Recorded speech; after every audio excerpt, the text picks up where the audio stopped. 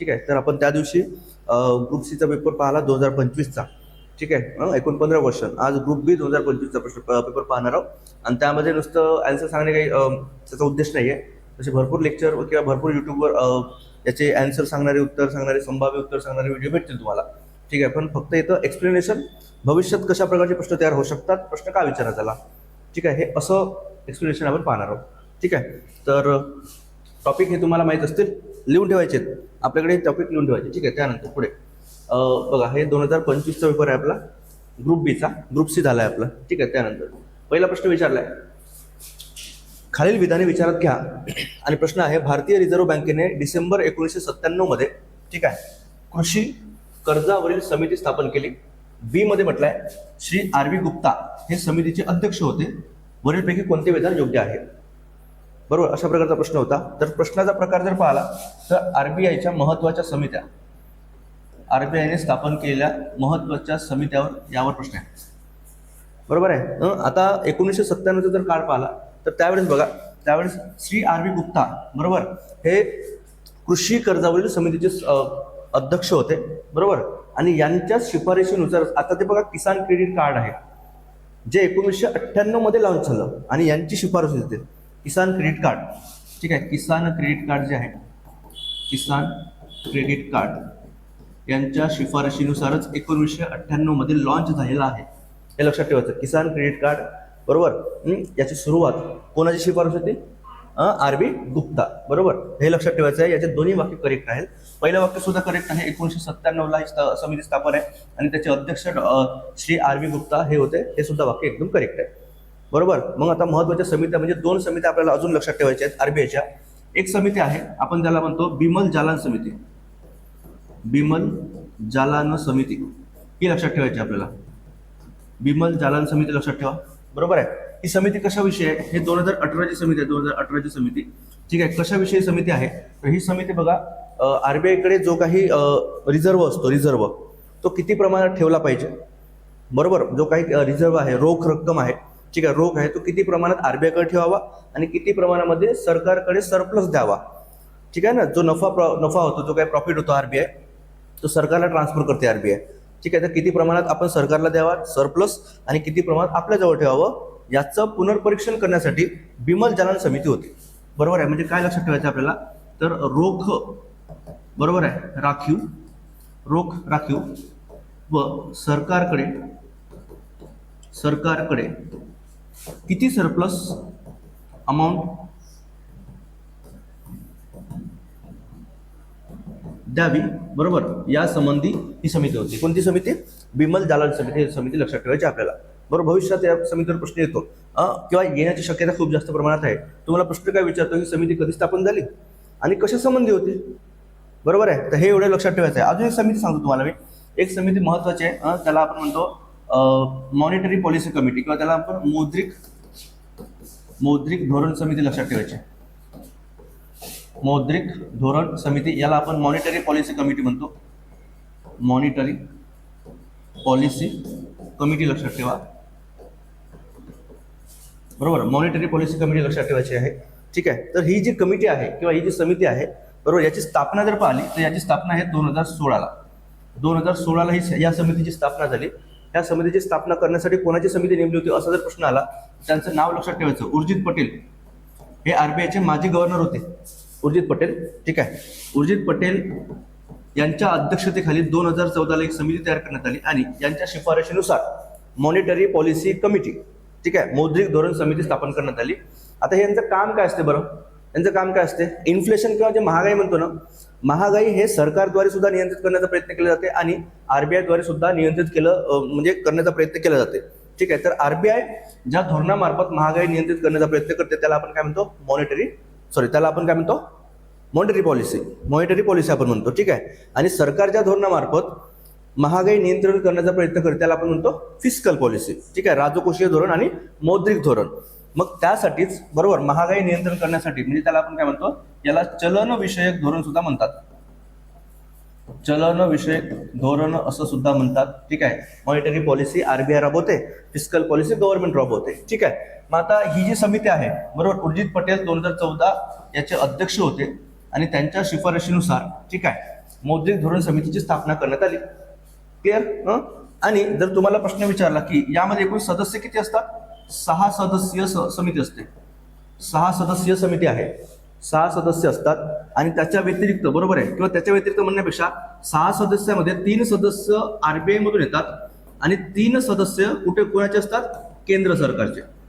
केंद्र सरकारचे असतात, बरोबर आहे. आणि या समितीचा अध्यक्ष कोण असतो, आरबीआयचा गव्हर्नर. बरोबर, आरबीआय गव्हर्नर हे अध्यक्ष असतात. आरबीआय गव्हर्नर हे अध्यक्ष असतात. यांचं काम काय असते, तर महागाई नियंत्रणात आणण्याचं काम यांचं असते.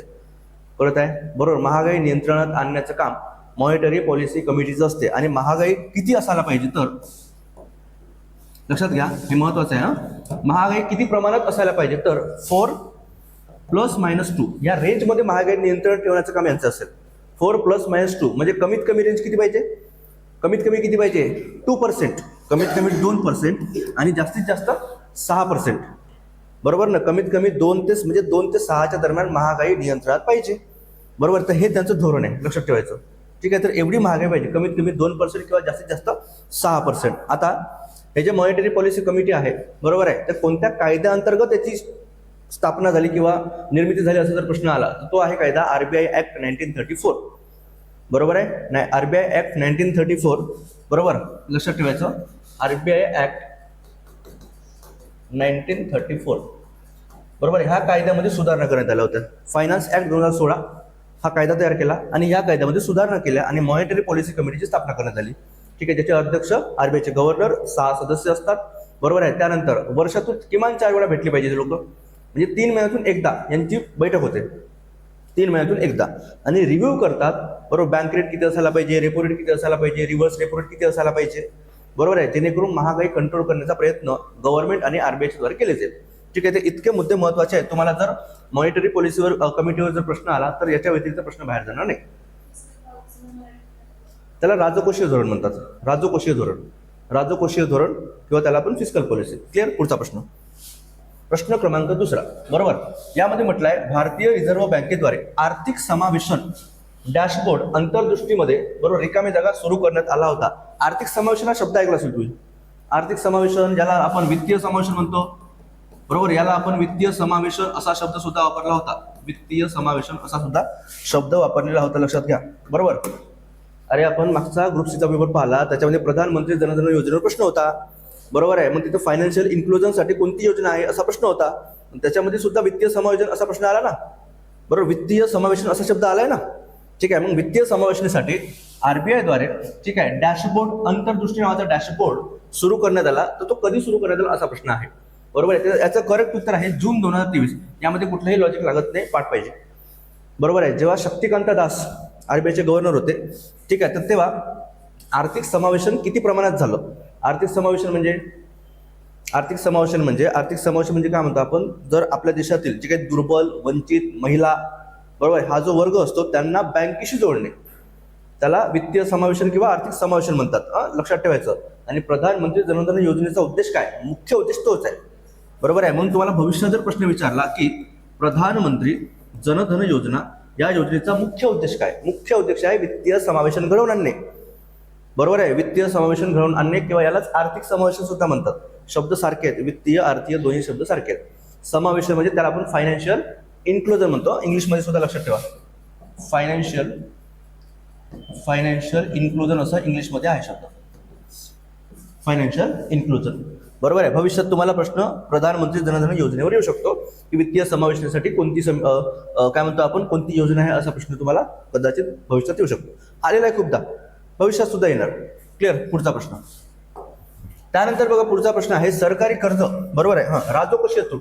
राजकोषीय तूट म्हणजे काय, ठीक आहे, बजेट तुटीच्या संकल्पना. ठीक आहे, एक तरी प्रश्न असतो बघा, मागे दाखवलं तुम्हाला मी, याच्यावर प्रश्न असतो. अर्थसंकल्पावर प्रश्न आहे.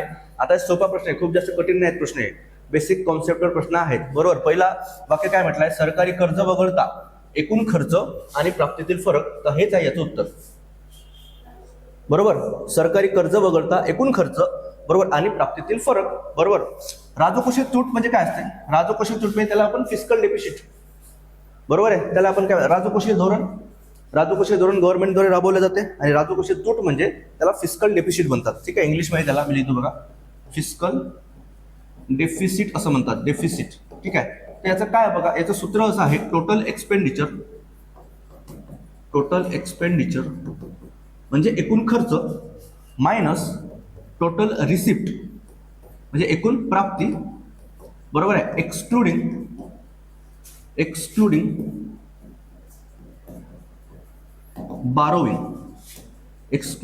बारोविंग. म्हणजे काय, सरकारचा खर्च जास्त असेल, बरोबर आहे, आणि प्राप्ती कमी असेल तर काय असते, फिस्कल डेफिसिट असते. त्याला आपण वित्तीय तूट सुद्धा म्हणतो, वित्तीय तूट लक्षात ठेवा, वित्तीय तूट किंवा राजकोषीय तूट सुद्धा म्हणतात. कळत आहे का, बरोबर आहे ना, लक्षात ठेवायचं. काय म्हटलं आपण, total expenditure minus total receipt excluding borrowing. म्हणजे लक्षात ठेवायचं राजकोषीय तूट हे आपण डिटेलमध्ये पाहणार आहोत. अर्थसंकल्प जेव्हा घेईल मी तुम्हाला, सार्वजनिक त्याला आपण काय म्हणतो, त्याला कोणता चॅप्टर कोणता आहे तो आपला, सार्वजनिक वित्त ह्या टॉपिकमध्ये. ठीक आहे, सार्वजनिक वित्त या टॉपिकमध्ये आपण हा चॅप्टर घेणार आहोत, बरं. आणि डिटेलमध्ये तुम्हाला सांगतो मी अर्थसंकल्प, त्याचे महत्त्वाचे अर्थसंकल्पाचे प्रकार कोणते, तुटीच्या संकल्पना कोणत्या. ठीक आहे, आणि त्यामध्ये आपण महाराष्ट्राचा यावर्षीचा आणि भारताचा यावर्षीचा, ठीक आहे, 2026-27चा अर्थसंकल्प सुद्धा तिथे पाहणार आहोत. आणि पाहणी अहवाल सुद्धा पाहू आपण, आर्थिक पाहणी अहवाल. क्लिअर, ते लक्षात ठेवायचं आपल्याला. ठीक आहे, मग वित्तीय तूट सिंपल बघा, याच्याबद्दल अजून एक लक्षात ठेवायचं. जर असा प्रश्न आला की राजकोषीय तूट, सरकारची राजकोषीय तूट हे काय दर्शवते, बरोबर आहे, तर सरकारला बघा काय करायचं असते, सरकारला खर्च करायचा आहे. मग खर्च करायचं असेल तर सरकार काय करते, तर देशाच्या अंतर्गत किंवा देशाच्या बाहेरून कर्ज घेण्याचा प्रयत्न करते, बरोबर नाही. आणि हे सुद्धा लक्षात ठेवायचं, देशाचं अंतर्गत कर्ज बाहेरील कर्जापेक्षा सर्वात जास्त असते, बाहेरील कर्ज कमी असते, कधी पण लक्षात ठेवायचं, बरोबर आहे. सर्वात जास्त देशाचं कर्ज अंतर्गत जास्त असते. आणि काय दाखवते, सरकारचे कर्जाचे प्रमाण दाखवते, लक्षात घ्या. सरकारचे राजकोषीय तूट सरकारचे कर्जाचे प्रमाण दाखवते, एवढे इथे आपल्याला लक्षात ठेवायचं आहे, बरोबर आहे. मग आता इथे जर पाहिलो भांडवली खर्च, दुसरं बघा, भांडवली खर्च व महसुली उत्पन्न याचा काही संबंध नाही आहे, बरोबर आहे. त्यानंतर महसुली खर्च मायनस महसुली उत्पन्न यातील फरक याला महसुली तूट म्हणतात. हे जे आहे तिसरं, बरोबर, हे आहे, याला आपण महसुली तूट असं म्हणतो, महसुली तूट, हे महसुली तूट आहे.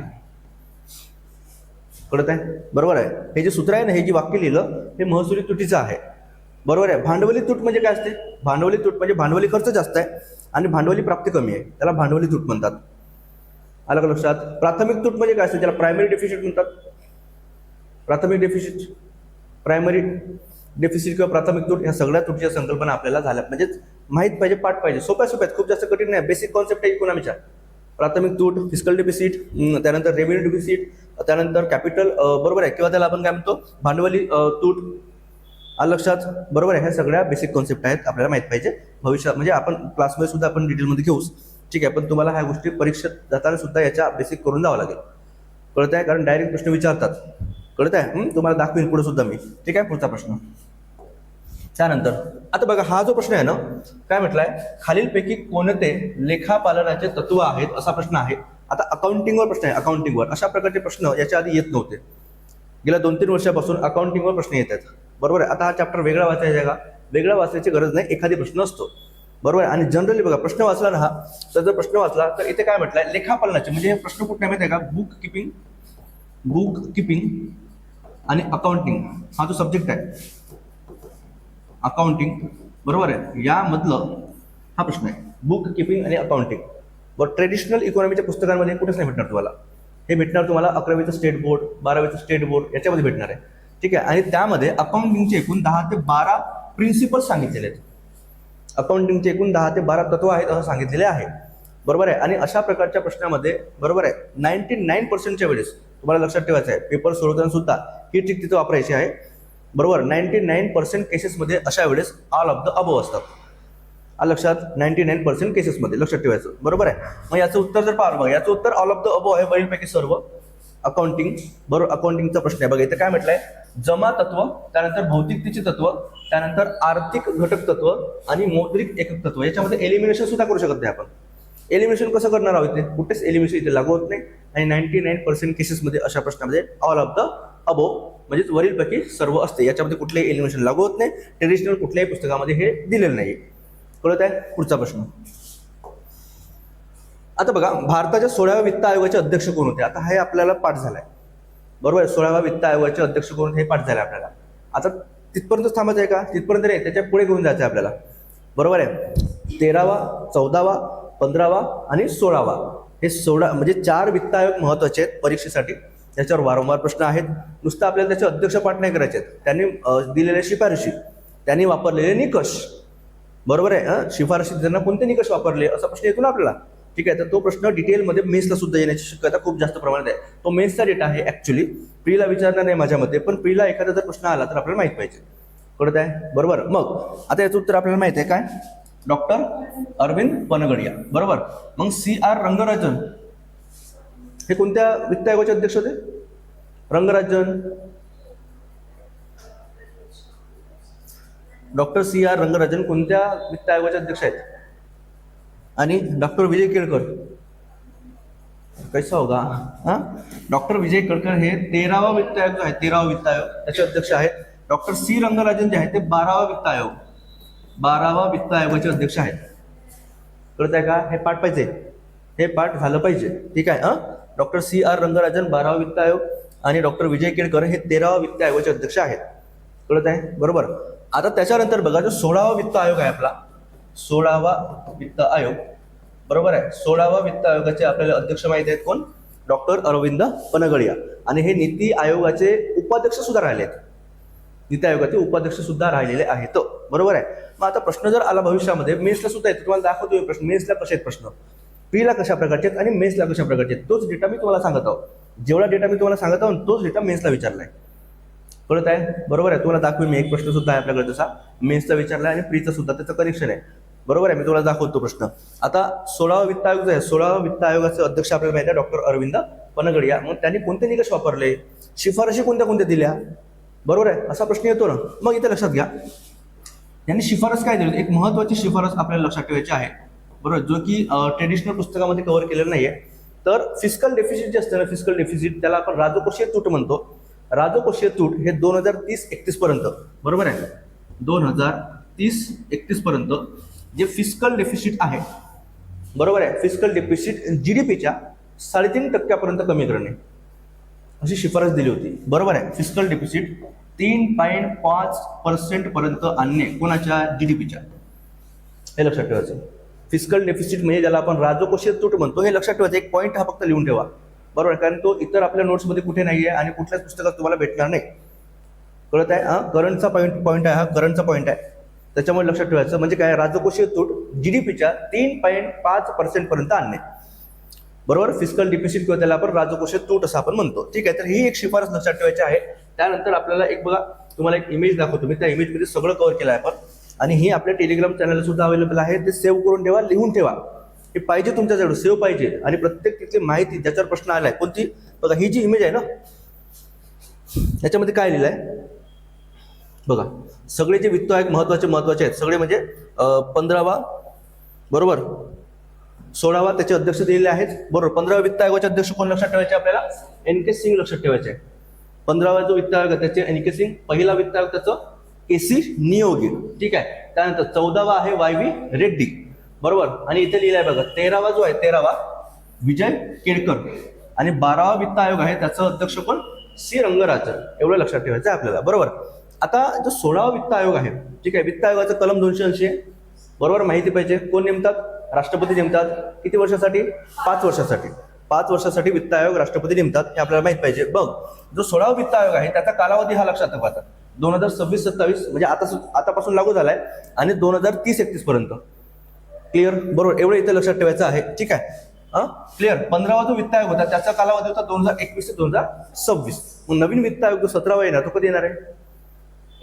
2031 ते 32 या कालावधीमध्ये 17वा वित्त आयोग असेल. ठीक आहे. तर पुढचे 5 वर्ष म्हणून सांगितलं तुम्हाला, पुढचे 5 वर्ष ज्या ज्या परीक्षा होतील त्या परीक्षेला हा डेटा अत्यंत महत्वाचा आहे, बरोबर आहे. हा जो डेटा लिहिलाय तुम्ही खाली मी तुम्हाला दाखवतो, बरोबर. आता लक्षात घ्या, एक पॉईंट इथे आपण समजून घेऊ, नंतर खाली जाऊ. बघा, हा जो पॉईंट आहे ना, 41% टॅक्स डिव्होल्युशन. टॅक्स डिव्होल्युशनचा अर्थ काय होतो? आता बघा, जास्तीत जास्त जे कर आहेत आपल्या देशामध्ये ते केंद्र सरकार लावते. जास्तीत जास्त टॅक्स जो आहे ना तो केंद्र सरकारद्वारे लावला जातो, राज्य सरकारद्वारे तो जमा केला जातो, आणि केंद्र सरकारद्वारे सुद्धा जमा केला जातो. मग तो त्या करामध्ये जो हिस्सा आहे, राज्यांचा हिस्सा, तो किती % द्यायचा? त्याला टॅक्स डिव्होल्युशन म्हणतात. बरोबर, केंद्र सरकारमधील बरोबर जो काही करांचा हिस्सा आहे तो राज्यांना केंद्रातील हिस्सा किती % द्यायचा, त्याला टॅक्स डिव्होल्युशन म्हणतात. त्या संबंधी शिफारशी प्रत्येक वित्त आयोग करत असतो. बरोबर आहे. मग 15व्या वित्त आयोगानं 100 पैकी 41% जो हिस्सा आहे तो कराचा हिस्सा तो राज्यांना देण्यात यावा असं सांगितलं होतं. 15 वित्त आयोग हा खूप महत्वाचा डेटा आहे. 15व्या वित्त आयोगाचं 41% टॅक्स डिव्होल्युशन होतं आणि तो कायम ठेवला 16व्या वित्त आयोगाने. बरोबर आहे. 16व्या वित्त आयोगाने सुद्धा टॅक्स डिव्होल्युशन म्हणजे केंद्रातील राज्यांचा कराचा हिस्सा तो 41%च ठेवलेला आहे. हा सुद्धा डेटा पाठ करून ठेवा. बरोबर आहे. आता त्याच्यानंतर महत्वाचा मुद्दा बघा, महत्वाचा जो पॉईंट आहे, महत्वाचा पॉईंट इथे लक्षात ठेवायचा. बरोबर, हे बघा महत्वाचा पॉईंट आहे हा.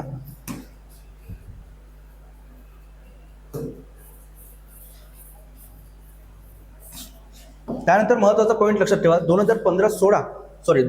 15 वित्त आयोग आणि 16 वित्त आयोग, ठीक आहे, यांनी शिफारशी देताना कोणते कोणते निकष वापरले. बरोबर आहे. कोणते कोणते निकष वापरले असा जर प्रश्न विचारला, ठीक आहे, राज्यांना समजा केंद्रातील कराचा हिस्सा द्यायचा आहे. बरोबर आहे. मग त्या राज्याला किती कराचा हिस्सा दिला पाहिजे, त्यासाठी कोणते निकष वापरले पाहिजेत. ठीक आहे, हे निकष आहेत, निकष पाठ करून ठेवायचे आणि कोणत्या निकषाला किती वेटेज दिलाय 100 पैकी ते सुद्धा पाठांतर पाहिजे. बरोबर, डायरेक्ट फॅक्च्युअल आहे, काही करून याला खूपदा परीक्षेच्या आधी खूपदा बघा, याला खूपदा वाचण्याचा प्रयत्न करा. बरोबर आहे, कारण सहजासहजी पाठ होत नाही. बरोबर आहे. मग आता जो 15 वित्त आहे, बरोबर, 15 वित्त आयोग बघा त्यांनी कोणते कोणते निकष वापरले. उत्पन्न अंतर, लोकसंख्या, ठीक आहे, त्यानंतर लोकसंख्यात्मक कामगिरी, क्षेत्रफळ, वनक्षेत्र आणि कर व वित्तीय प्रयत्न असे एकूण 6 निकष वापरले आहेत. 6 निकष वापरून त्यांनी शिफारशी दिल्या होत्या की राज्यांना 41% हा केंद्रातील कराचा हिस्सा द्यावा लागेल. बरोबर आहे. नंतर मग जो 16 वित्त आयोग बरोबर त्यांनी कर व वित्तीय प्रयत्न या निकषाला काढून टाकलं.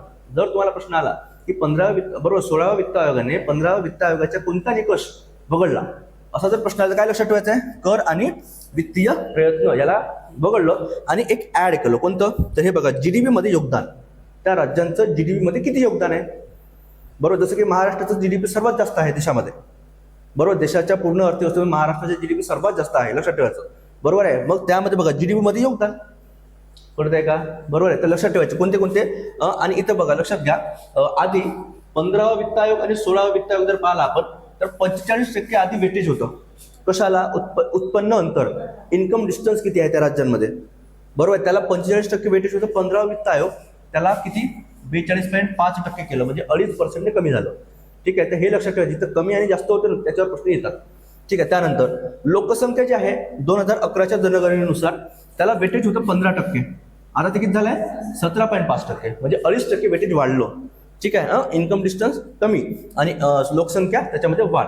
ठीक आहे. त्यानंतर लोकसंख्यात्मक कामगिरी, डेमोग्राफिक परफॉर्मन्स, बरोबर आहे, यामध्ये बघा 12.5% वेटेज हे 15 वित्त आयोगाला होतं आणि 10% म्हणजे 2.5% काय झालं, कमी झालं.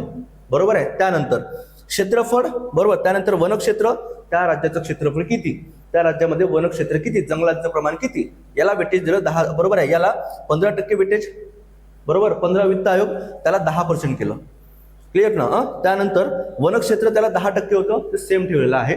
ठीक आहे. आणि कर व वित्तीय प्रयत्न हे 15 वित्त आयोगामध्ये किती होता, 2.5%. बरोबर, 2.5% ते रद्द केलेलं आहे 16व्या वित्त आयोगानुसार.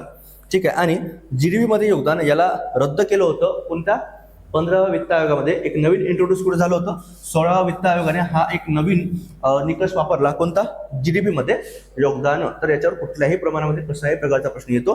आपल्याला एवढी जी शीट आहे हे लक्षात ठेवायचे आहे. आणि 16व्या वित्त आयोगाने अजून एक शिफारस कोणती, जीडीपीच्या किती %, 3.5% फिस्कल डेफिसिट ठेवण्याचा प्रयत्न करावा. कधीपर्यंत, 2030-31 पर्यंत. बरोबर, याचा कालावधीच तेवढा आहे ना. तर एवढा डेटा महत्वाचा आहे, याच्यावर एक्सपेक्टेड आहे प्रश्न खूप जास्त. बरोबर आहे, 200% प्रश्न याच्यावर यायला पाहिजे. कळत आहे का. तर हे डेटा लक्षात ठेवा. ठीक आहे. त्यानंतर पुढचा प्रश्न बघा.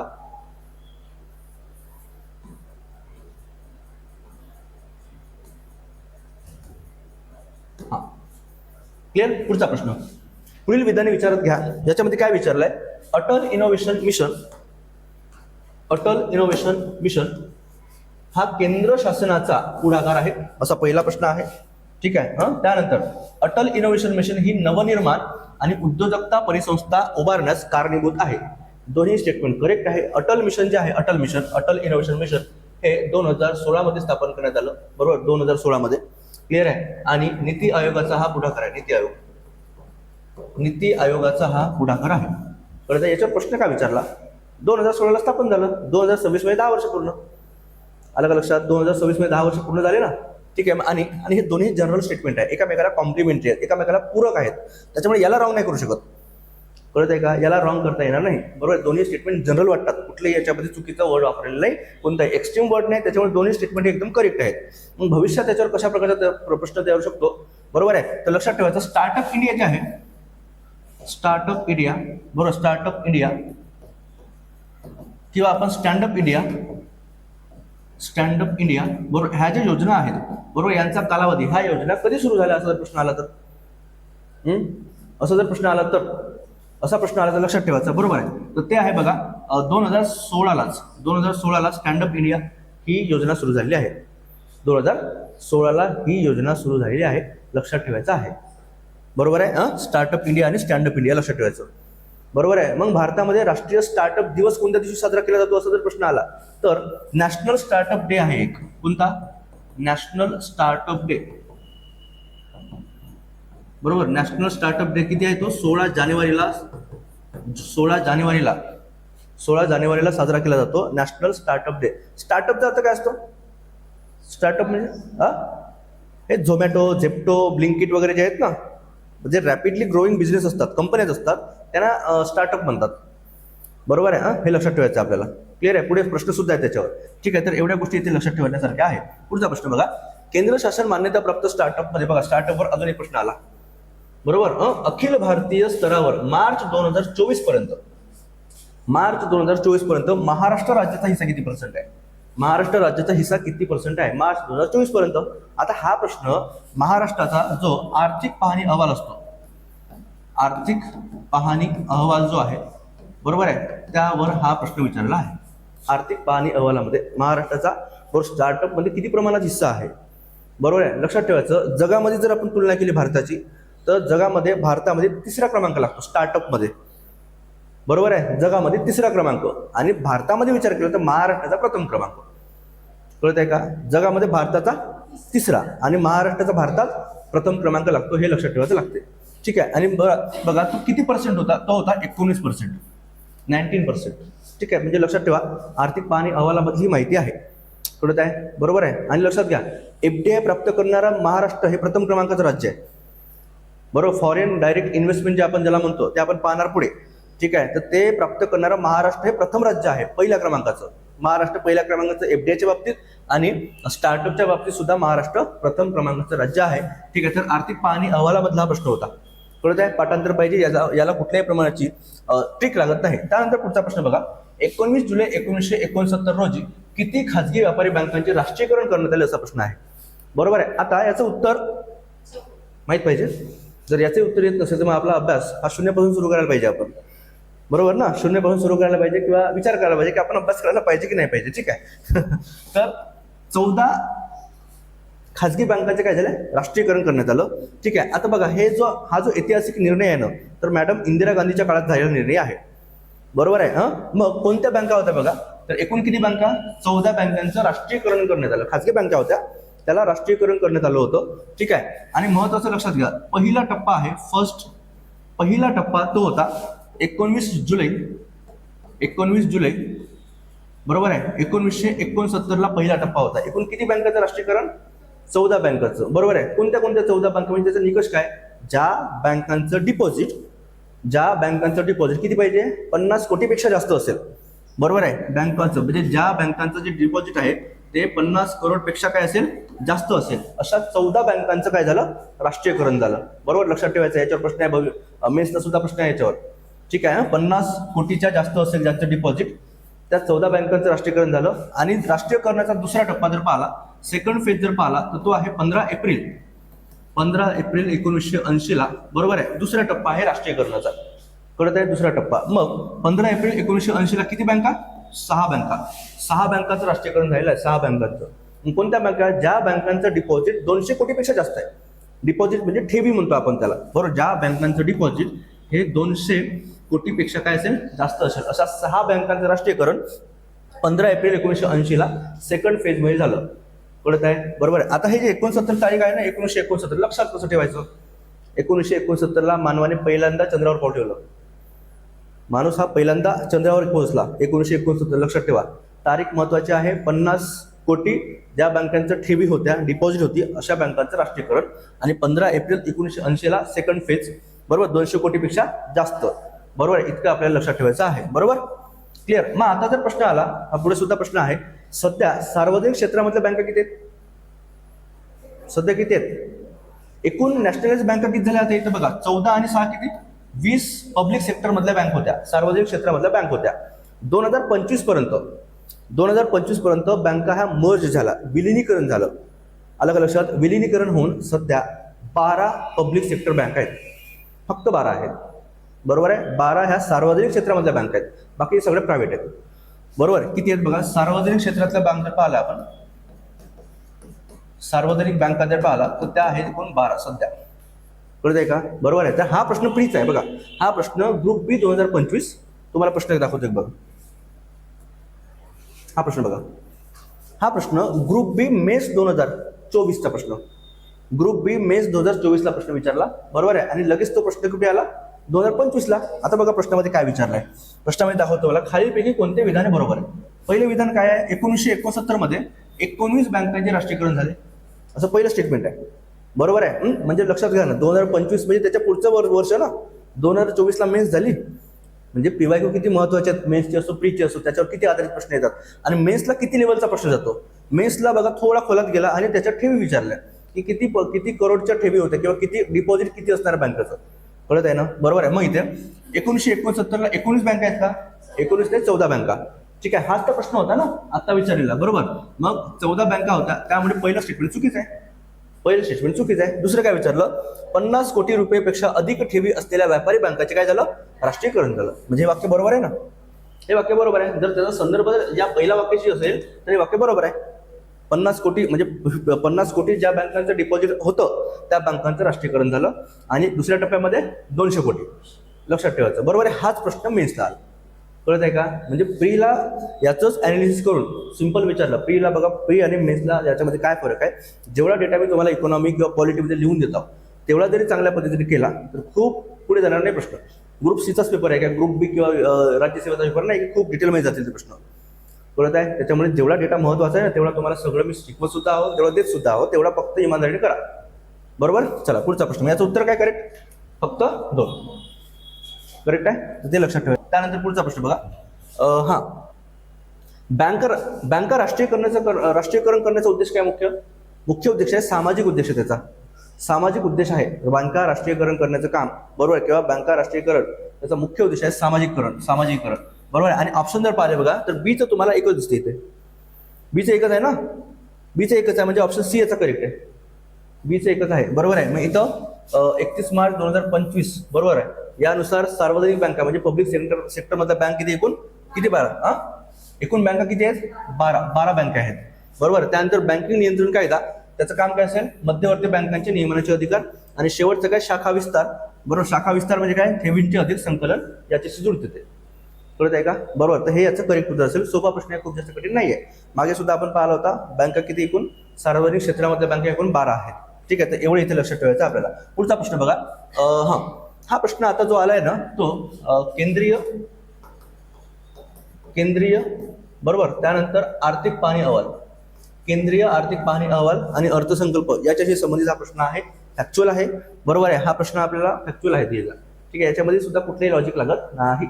बरोबर आहे. मग लक्षात घ्या इथे काय म्हटलंय, 2021-22 मध्ये भारताने अन्नधान्य उत्पन्न 315.7 मेट्रिक टन किंवा दशलक्ष टन विक्रमी पातळीवर पोहोचलो. बरोबर. आता बघा ना, जे सरकारची मोठी उपलब्धी असते किंवा प्राप्ती असते ते सरकार मोठ्याने ओरडून सांगते. बरोबर आहे. प्रत्येक अहवालात आम्ही इतकं केलं किंवा त्यावेळेस 300 पेक्षा जास्त मेट्रिक टन बरोबर आहे सरकारचं अन्नधान्याचं उत्पादन झालं होतं. म्हणून ते आर्थिक पाहणी अहवालामध्ये सुद्धा सरकारने मोठ्या जोरात सांगितलेलं होतं. बरोबर आहे. त्याच्यामुळे पहिलं वाक्य करेक्ट आहे. बरोबर. दुसरं वाक्य काय म्हटलंय? भारताची ज्वारी वगळता तृणधान्याची उत्पादकता इथिओपियापेक्षा जास्त आहे. इथिओपिया नावाचा देश आहे. त्या इथिओपियाला बरोबर त्यामध्ये तृणधान्य मोठ्या प्रमाणात आहे इथिओपियामध्ये. बरोबर आहे. आणि हा प्रश्न का विचारला माहिती आहे का? हा प्रश्न विचारण्याचं कारण 2023ला, बरोबर आहे, 2023 हे जे वर्ष आहे आंतरराष्ट्रीय भरड धान्य वर्ष म्हणून साजरा केला गेलो. इंटरनॅशनल इयर्स ऑफ मिलेट्स, आंतरराष्ट्रीय भरड धान्य वर्ष लक्षात ठेवायचा. हा प्रश्न त्यामुळे आला. आंतरराष्ट्रीय कोणाद्वारे साजरा केलं गेलं? हा, युनायटेड नेशनद्वारे, बरोबर आहे. 2023 हे जे वर्ष आहे, बरोबर आहे, आंतरराष्ट्रीय भरड धान्य वर्ष किंवा इंटरनॅशनल इयर ऑफ मिलेट्स म्हणून साजरा करण्यात आलेलं होतं. त्यामुळे भरड धान्य किंवा तृणधान्य म्हणतो आपण त्याला, बरोबर आहे. ज्वारी वगैरे जे आहेत ना त्याला आपण तृणधान्य किंवा त्याला आपण भरड धान्य म्हणतो.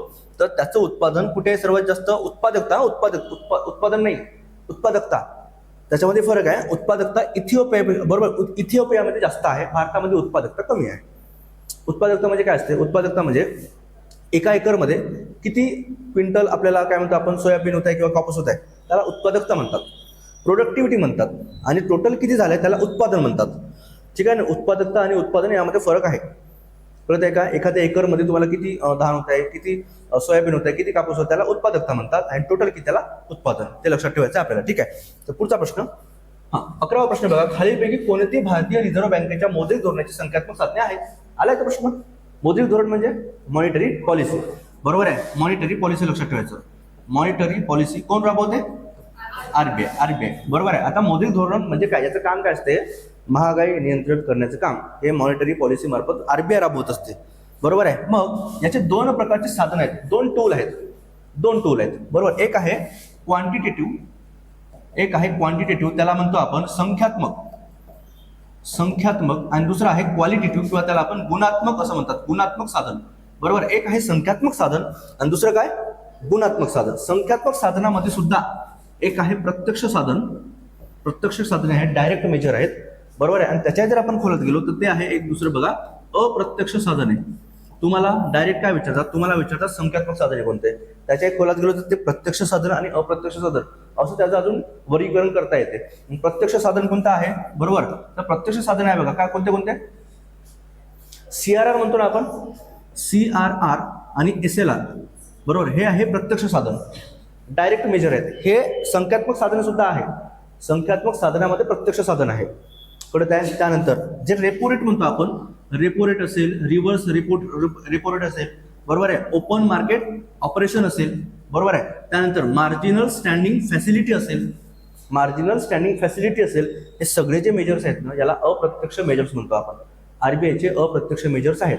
आपण डिटेलमध्ये जेव्हा मी आरबीआय तुम्हाला शिकवणार त्या आरबीआय शिकवण्यामधून, बरोबर, त्याच्यामध्ये आपण सगळे सांगणार आहोत.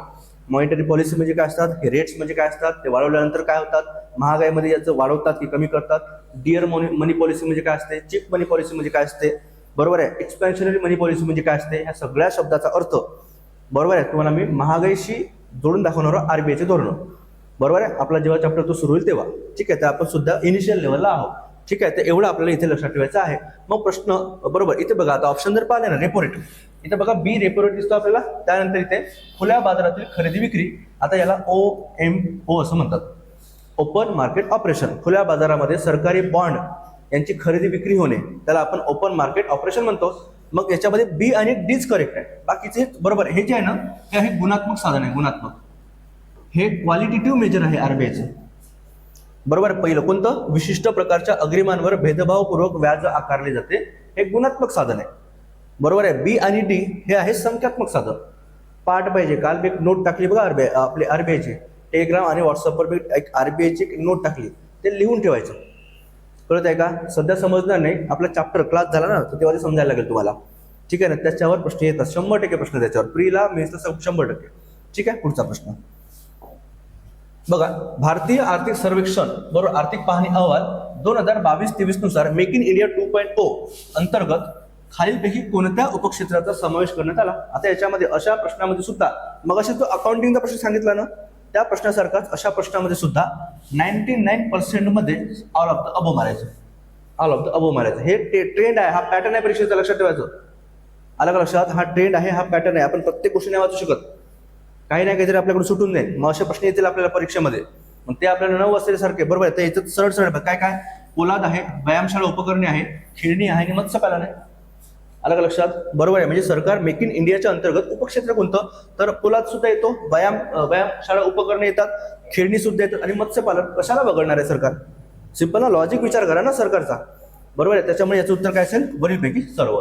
बरोबर आहे. तर अशा प्रश्नामध्ये जेव्हा आपण वाचलेलं नसते ना आणि अशा प्रश्न जर आपल्याला लगेच पुढे आले परीक्षेमध्ये किंवा टेस्ट सिरीजला तुम्हाला अशा प्रकारचे प्रश्न दिसतील जे वाचलेच नाही आपण, मग त्या प्रश्नाला कशा प्रकारचं डील करायचं ते टेक्निक आपल्याला जमली पाहिजे.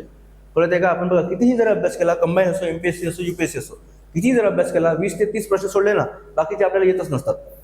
बरोबर आहे. म्हणजे त्याच्यावरचे जे आहेत मग ते एलिमिनेशन टेक्निक असतील, थोडंसं अप्लिकेशन बेस्ड असतील, ठीक आहे ना. आता कंबाईनला जास्त प्रश्न येतात, पण राज्यसेवा आणि युपीएससीला असा पॅटर्न लागू होतो. बरोबर, 30-40% प्रश्न येतात, बाकीचे येत नाही. ठीक आहे, तर तसा पॅटर्न तिथे लागू करायचा आहे. ठीक आहे, पुढचा प्रश्न. त्यानंतर पुढचा प्रश्न बघा, छापील पैशांचा वापर करून सरकार जेव्हा आपल्या अंदाजपत्रकातील तूट भरून काढते त्यामुळे काय वाढू शकते, असा प्रश्न आहे. काय असेल उत्तराचं? काय याचं उत्तर आहे? याचं करेक्ट उत्तर आहे बघा, चलनवाढ. ज्याचं उत्तर चलनवाढ आहे, ज्याला आपण काय म्हणतो? इन्फ्लेशन. यालाच इन्फ्लेशन आपण म्हटलं होतं, यालाच महागाई म्हणतात ना. चलनवाढ, इन्फ्लेशन, महागाई. बरोबर आहे. आता बघा, नोटा छापणे. बरोबर, नोटा छापणे आपण म्हणतो ना. बरोबर आहे. याला एक काय म्हणतात? याला तुटीचा अर्थ भरणा म्हणतात. तुटीचा अर्थ भरणा. बरोबर, हा शब्द आहे. याला डेफिसिट फायनान्सिंग म्हणतात. Deficit financing. कळत आहे का? डेफिसिट फायनान्सिंग म्हणजे काय असते? सरकारचा खर्च जास्त आहे आणि प्राप्ती जर कमी असेल तर सरकार आपला खर्च भागवण्यासाठी तुटीचा अर्थभरणा किंवा डेफिसिट बजेट मांडतो. डेफिसिट बजेट मांडतो. बरोबर आहे. त्यालाच आपण काय म्हणतो? तुटीचा अर्थभरणा असं म्हणतात. ठीक आहे, डिटेलमध्ये आपण पुढे पाहणार. पण सध्या तुटीचा अर्थभरणा हे करण्यासाठी पैसे छापले जातात. पैसे छापणे हा शेवटचा उपाय म्हणून करतात. पैसे छापणे हा शेवटचा उपाय म्हणून केला जातो. आता बघा, जर पैसे जर छापल्या, नोटा जर छापला, मार्केटमध्ये जर आल्या, बरोबर आहे, पैसे छापल्यानंतर काय होतं? लोकांच्या हातात बघा, लोकांच्या हातातील पैसा त्याचा वाढ होते ना. लोकांच्या हातातील पैसा वाढ होईल. लोकांच्या हातात पैसा वाढला तर मागणी काय होणार? मागणी सुद्धा वाढेल. मागणी वाढल्या तर ज्या वस्तूच्या किमती असतात त्या वस्तूच्या किमती सुद्धा काय होणार? किमती सुद्धा वाढणार. बरोबर आहे. म्हणजे छापील नोटांचा वापर जर केला तर बरोबर काय वाढेल? महागाई वाढेल. लोकांच्या हातात पैसा वाढेल. बरोबर आहे. मंदीमध्ये काय असते? हे जे महामंदी किंवा इथे तुम्हाला मंदी दिसते ना घसरण, यावेळेस लोकांच्या हातात पैसाच नसतो. लोकांच्या हातात पैसा नसतो. लोकांच्या हातात पैसा नसेल तर मागणी नसेल. मागणी नसेल तर पुरवठा जास्त नसेल. त्याच्यामुळे इन्फ्लेशनचा प्रश्नच तयार होत नाही. कळत आहे का? त्याच्यामुळे हे दोन ऑप्शन इथे येणार नाही. बरोबर आहे. याचं करेक्ट उत्तर आहे चलनवाढ किंवा इन्फ्लेशन असं आपण म्हणतो. डिटेलमध्ये आपण क्लासमध्ये पाहू. ठीक आहे, एवढं इथे लक्षात ठेवायचं आपल्याला. पुढचा प्रश्न. आता बघा, जोड्याजोड हा प्रश्न आहे, सोपा चिल्लर प्रश्न. बरोबर आहे. याच्यामध्ये बघा, 112 वार्षिक वित्तीय, बरोबर आहे, वार्षिक वित्तीय माहिती किंवा विवरणपत्र, यालाच बजेट म्हणतात ना. यालाच आपण काय म्हणतो? यालाच आपण बजेट असं आपण म्हणतो. म्हणजे केंद्राचा बजेट कोणत्या कलमानुसार? 112. राज्याचा बजेट कोणता कलम? राज्याचं कलम 202 लक्षात ठेवा. कलम 202 नुसार राज्याचा अर्थसंकल्प मांडला जातो. राज्याचा अर्थसंकल्प मांडला जातो, हे लक्षात ठेवायचं आपल्याला. त्यानंतर 151 हे कलम हे समजत आहे, लेखा अहवाल. त्यानंतर 267 आकस्मिक निधी. आकस्मिक निधी कोणाच्या अंतर्गत असतो? राष्ट्रपतीच्या अंतर्गत असतो. राष्ट्रपतीच्या अंतर्गत आकस्मिक निधी किंवा त्याला आपण कंटिंजन्सी फंड असं आपण म्हणतो. ठीक आहे, पुढचा प्रश्न 280 बघा, वित्त आयोग. सांगितलं प्रश्न 280 यायलाच पाहिजे प्रश्न अशा प्रकारचे. अशी चुकत असतील ना, आपला रिझल्ट कधीच येऊ शकत नाही. कळत आहे? बरोबर आहे. मग याचं करेक्ट उत्तर काय? समोरासमोरची उत्तर आहेत. बरोबर आहे. म्हणजे 1, 2, 3, 4 ऑप्शन बी करेक्ट आहे. ऑप्शन बी याचं करेक्ट उत्तर. पुढचा प्रश्न. त्यानंतर खालीलपैकी कोणते, हाच प्रश्न आहे ना. पुढचा प्रश्न आहे बघा, खालीलपैकी कोणते वैशिष्ट्य कर देय क्षमता तत्वाची आहेत? शेवटचा प्रश्न आहे आपला. बरोबर आहे. आता कर देय तत्व म्हणजे काय म्हणतो माहिती आपण त्याला? ॲबिलिटी टू पे. त्याला इंग्लिशमध्ये असं ट्रान्सलेशन दिलेलं आहे, ॲबिलिटी टू पे. म्हणजे टॅक्स कोण भरू शकतात असा प्रश्न आहे. सिंपल. त्याचे तत्व काय असायला पाहिजे? बरोबर, भारतामध्ये जर पाहिलं तर भारतामध्ये प्रोग्रेसिव्ह टॅक्स सिस्टम आहे. प्रोग्रेसिव्ह टॅक्स सिस्टम म्हणजे ज्यांच्याकडे खूप जास्त पैसा आहे त्यांच्यावर जास्त टॅक्स लावला जातो. ज्यांच्याकडे पैसा कमी आहे, जे गरीब आहेत, त्यांच्यावर कमी टॅक्स लावला जातो. त्याला भारतामध्ये काय म्हणतात? प्रोग्रेसिव्ह. लक्षात ठेवायचं. कोणत्या प्रकारचा टॅक्स सिस्टम आहे असा जर प्रश्न आला तर प्रोग्रेसिव्ह टॅक्स सिस्टम आहे. त्याला प्रगतिशील असं म्हणतात. प्रगतिशील किंवा त्याला पुरोगामी टॅक्स पद्धत सुद्धा म्हणतो आपण. कळत आहे का? म्हणजे श्रीमंतावर अधिक कर लावावा आणि गरिबांवर कमी कर लावावा. ठीक आहे. मग त्याचं तत्व बघा काय दिलंय? उच्च उत्पन्न मिळवणारे आणि श्रीमंत व्यक्तींना अधिक आयकर भरावा. इन्कम टॅक्स जो असतो श्रीमंतांनी जास्त भरावा, ज्यांच्याकडे खूप जास्त पैसा आहे. आणि दुसरं वाक्य काय बोललाय? कमी उत्पन्न मिळवणारे आणि गरीब लोकांना आयकरातून सूट देण्यात यावी. सूट. बरोबर आहे. तर अशा प्रकारचं तत्व आहे ना आपल्या भारतामध्ये. बरोबर आहे. श्रीमंतांना जास्त कर लावतात आणि गरिबांना आयकरातून सूट भेटली जाते. बरोबर. हे कोणतं तत्व आहे? तर हे प्रोग्रेसिव्ह टॅक्स किंवा प्रगतीशील कराचं तत्व आहे, अशा प्रकारचं आहे. बरोबर, लक्षात ठेवायचं आहे. आता दोन्ही स्टेटमेंट हे एकामेकाला कॉम्प्लिमेंटरी आहेत. बरोबर, याच्यामधून त्याला कट करता येणार नाही. दोन्ही याचं जे ऑप्शन उत्तर असेल, ऑप्शन सी, ए आणि बी हे दोन्ही याचं करेक्ट उत्तर आहे. कळत आहे का? बरोबर. तर अशाच प्रकारे तुम्हाला प्रत्येक विषयाचं किंवा प्रत्येक विषयाचं तुम्हाला तेथे जे प्रश्न आहेत, जुने 5 वर्षाचे ग्रुप बी चे सुद्धा पाहायचे आपल्याला, ग्रुप सी चे सुद्धा पाहायचे आहेत, मेन्सचे सुद्धा, वेळ भेटला ना तर मेन्सचे सुद्धा प्रश्न पाहायचे आहेत. ठीक आहे, बरोबर आहे. तर आपण पुढच्या नंतर लेक्चरला अजून पुन्हा इकॉनॉमीचा 2024चा प्रश्न, 2026चा पेपर हे आपण पाहण्याचा प्रयत्न करू. ठीक आहे.